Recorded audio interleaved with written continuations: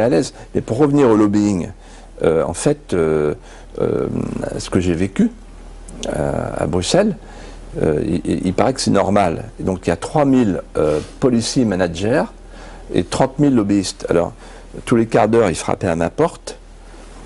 Et ils venaient au nom de l'industrie chimique, etc., du gaz, de toutes les grandes branches. À chaque fois que vous tapez sur votre bouton pour voter, en fait, il y a un lobby derrière. Et donc, l'Europe est un être des abysses. Ce qu'elle craint, c'est la lumière. C'est une zone grise. On ne sait pas qui achète qui. Ce qui est certain, ce que j'ai vu, moi, de mes yeux vus, c'est qu'en fait, les commissaires sont des futurs lobbyistes et les lobbyistes sont des futurs commissaires. Donc, il y a un mélange des genres qui porte à la prise illégale d'intérêt. Et ce à quoi vous avez fait allusion il y a un instant, j'y reviens, c'est une réunion qui a eu lieu le 17 mars 2007, à laquelle j'ai été mêlé par le plus grand des hasards, parce que j'avais des jours en retard, il fallait que je vienne pointer. Donc, avec ma carte, je suis rentré, et là, il y avait des nœuds papes partout. Le pape, l'hyperclasse en fait. Ah bah c'était top, la super classe invisible. Et je reconnais Kissinger. Il y avait Brzezinski, il y avait des grands patrons, Anne Lauvergeon, il y avait avec des petites tables très bien achalandées. Et ils parlaient entre eux, puis il y a eu les discours, et je suis resté jusqu'au bout. Et en fait, ce que j'ai compris, c'est que c'était la trilatérale branche Europe. Ils étaient 400. Et il disait qu'il faut détruire les nations. Il disait qu'il faut détruire l'homogénéité des nations. Très intéressant. Pour pouvoir augmenter les marchés. Avoir le marché planétaire de masse. Et c'est eux qui ont inventé le mot gouvernance mondiale. Ils parlaient du réchauffement climatique. Il disait que dans les écoles, au lieu de dire aux enfants « sauvez votre pays, sauvez votre région, sauvez l'arbre qui est en face de chez vous », non, sauvez la planète, c'est là. Et il parlait de la nécessité de réunir dans le même combat les deux libéralismes, le libéralisme économique,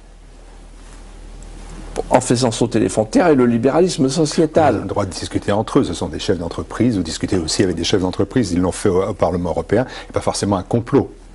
Absolument, c'est pas forcément un complot, ils n'ont pas besoin de comploter, ils ont le pouvoir. Ce que m'a dit un jour François Fillon, je lui ai dit, mais pourquoi tu vas au groupe Bilderberg? Parce qu'il est rentré, il a été agréé par le groupe Bilderberg, de même que son ami Alain Juppé l'année d'après. C'est quoi? Dans l'Évangile, on dit, faut pas mettre la lumière sous le boisseau. Ça vaut pour la franc-maçonnerie aussi. Pourquoi ils se cachent, ces gens-là? Pourquoi ils se cachent? Il vous a répondu quoi? Et il m'a répondu, incroyable la réponse, il m'a dit, que veux-tu, c'est eux qui nous gouvernent.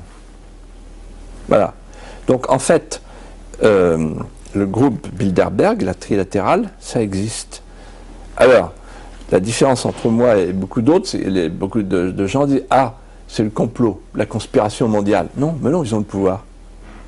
Ils ont le pouvoir. Et là, il parlait de quoi? Donc, c'est pas une conversation, là.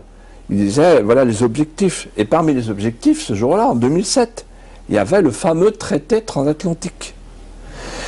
Et ce traité transatlantique qui se prépare, c'est un traité qui va installer un tribunal arbitral privé permettant aux entreprises multinationales, nationales, de traîner les États, de faire condamner les puissances publiques. C'est un traité dans lequel, par exemple, les appellations contrôlées, les appellations protégées disparaîtront.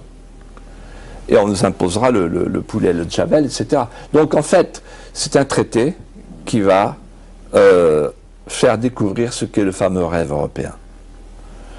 Le rêve européen n'était pas de construire une nation nouvelle à la place des nations défuntes à Maastricht.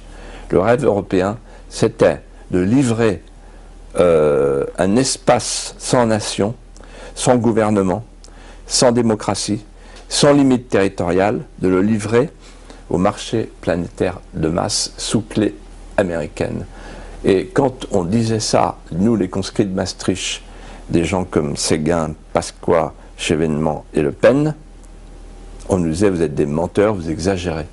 En fait, on était En On deçà. était en dessous de la réalité. En deçà.